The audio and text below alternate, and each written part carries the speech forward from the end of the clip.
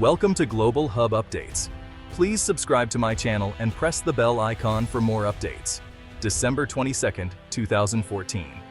Brito, Nicaragua. A date and place that, for a brief moment, captured the attention of the entire world.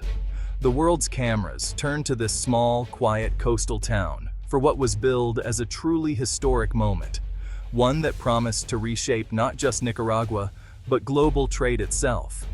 Dignitaries from across the globe gathered, speeches soared with hope and ambition, and President Daniel Ortega stood proudly beside Chinese billionaire Wang Jing, the man with the vision and the money to make it all happen. Together, they announced the start of the Nicaragua Canal, a proposed waterway 3 times longer than the Panama Canal, and deep enough to welcome the world's largest ships, promising to transform the region into a new global crossroads. The project's staggering $50 billion price tag wasn't just a number, it was a sum that dwarfed Nicaragua's entire economy, a figure so large it seemed almost unreal to many. For a fleeting moment, it truly seemed as if the impossible was within reach. The air buzzed with excitement, hope, and the promise of a brighter future. But as the ceremony ended and the dignitaries departed, doubts began to creep in. Where was the heavy machinery? Where were the detailed construction plans? The ground remained untouched, and the silence was telling. The so-called groundbreaking felt more like a carefully staged performance than the true beginning of a mega project that would change the world. Local farmers and fishermen watched from the sidelines, their faces a mix of hope and anxiety. They wondered what this project would mean for their land, their homes, and their way of life. The canal was never just a ditch in the ground. It was a collision of grand ambition, political power, and the everyday lives of ordinary people who stood to gain or lose everything. The world saw a moment of triumph, a leap into the future. But for many locals, it was a moment filled with uncertainty and unanswered questions. As the dust settled and the crowds dispersed, the questions only grew louder. Was this truly the dawn of a new era for Nicaragua, or simply the beginning of displacement and broken dreams? The Nicaragua Canal story is more than just an engineering project. It's a geopolitical thriller, wrapped in economic promise and international intrigue. The initial fanfare and celebration masked deeper, more troubling issues: broken promises, environmental alarms, and fierce resistance from those who stood to lose everything they had ever known. The dream was undeniably powerful, a vision that inspired many. But the challenges, financial, environmental, and human, were even greater, casting a long shadow over the project's future. The world watched with bated breath, waiting to see if Nicaragua would truly change everything, or if this day would be remembered as the moment when the Earth was supposed to move, but didn't. The Nicaragua Canal Plan was staggering, an audacious vision to carve a 172-mile waterway across the heart of the country. The blueprint included not just the canal itself, but 2 state-of-the-art deep-water ports, a sprawling free trade zone, a major international airport, and a network of new roads to connect remote regions, promising to transform Nicaragua's infrastructure overnight. With a projected cost of $50 billion, it was set to become one of the largest engineering efforts in human history. The project's backers claimed it would double Nicaragua's GDP, spark a wave of foreign investment, and create hundreds of thousands of desperately needed jobs for local communities. The canal was designed to be wider and deeper than the legendary Panama Canal, specifically engineered for the world's largest ships, post-Panamax vessels that couldn't fit through Panama's locks. By offering a direct shortcut for these maritime giants, Nicaragua aimed to capture a major slice of global trade, positioning itself as a new gateway between the Atlantic and Pacific Oceans. The canal's specs were ambitious, up to 520 meters wide and 30 meters deep, allowing for true two-way traffic, even for the biggest ships afloat, something Panama's canal could never offer. But the most controversial part? Dredging through Lake Nicaragua, the region's largest freshwater source and a lifeline for millions, sparking fierce environmental debates and protests. The engineering challenge was immense, with unpredictable terrain and environmental risks, but promoters argued the economic prize was worth every risk taken. For Nicaragua, it was more than just a canal. It was a ticket out of poverty, a chance for a brighter future for generations to come. For the world, it promised a new route that could reshape global shipping forever, changing the way goods move across continents and rewriting the rules of international trade. Two men drove the canal dream: President Daniel Ortega, a revolutionary leader determined to leave a lasting legacy in his country's history, and Wang Jing, a Chinese billionaire entrepreneur with bold global ambitions and a vision to reshape international trade. Ortega saw the canal as a path to prosperity for Nicaragua, a way to create jobs, attract investment, and finally achieve independence from decades of U.S. influence.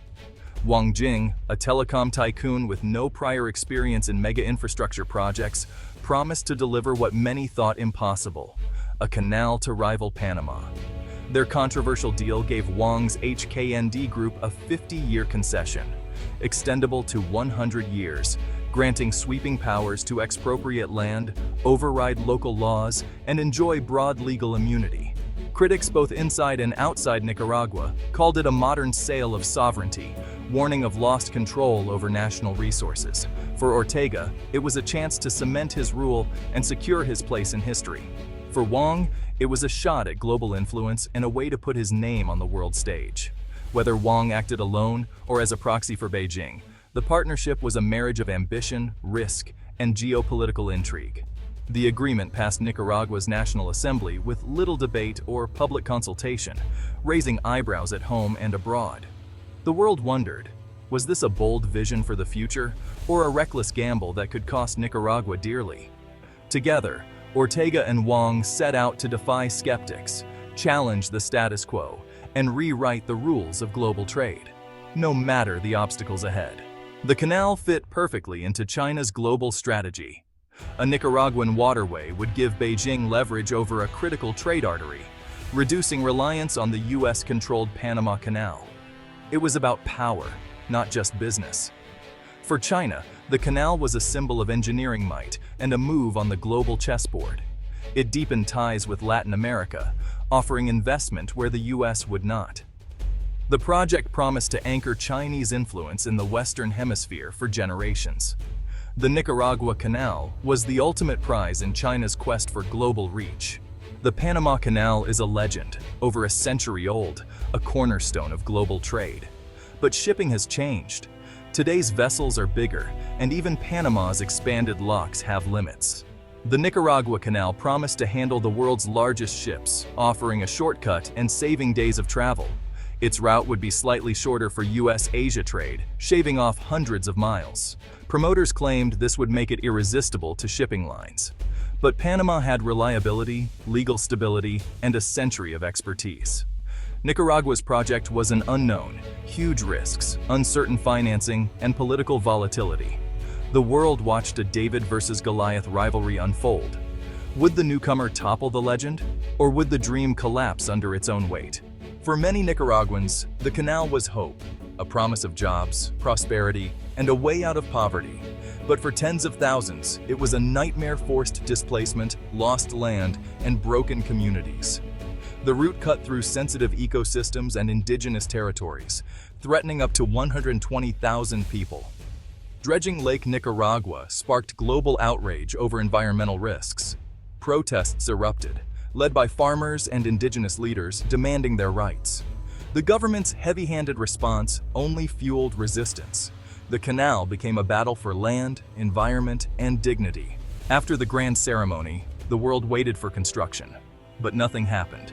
Months passed, then years. The promised machinery never arrived.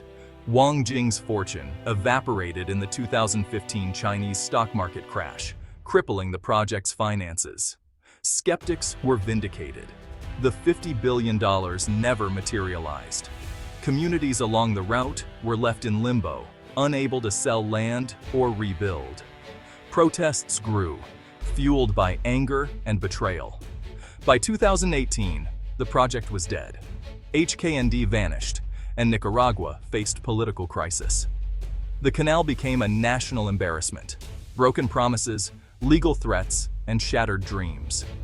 In 2024, the government finally revoked the concession, ending the saga.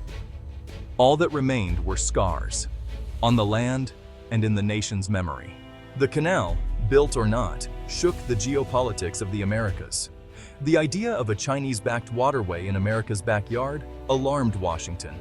It became a flashpoint in the US-China rivalry, showing Beijing's reach into Latin America. Even in failure, the project revealed US anxieties and China's growing influence. The episode proved regional leaders had options beyond Washington. China continues to invest across Latin America, building ports and railways.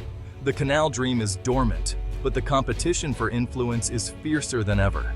The waterway may never be built, but the battle for Central America's future is just beginning. The ghost of the canal haunts the region's geopolitics. The Nicaragua Canal is a cautionary tale about mega projects without transparency or public consent. The secretive deal bred suspicion and resistance, dooming the project from the start. Disregard for human rights and local communities fueled a powerful resistance movement. Environmental risks were ignored, threatening irreplaceable natural treasures. The world must demand openness, participation, and responsibility in future projects. The canal's failure is a warning development must serve people, not just power. The dream may return, but the lessons must not be forgotten. The echoes of this unbuilt canal should guide the world's next big ambitions.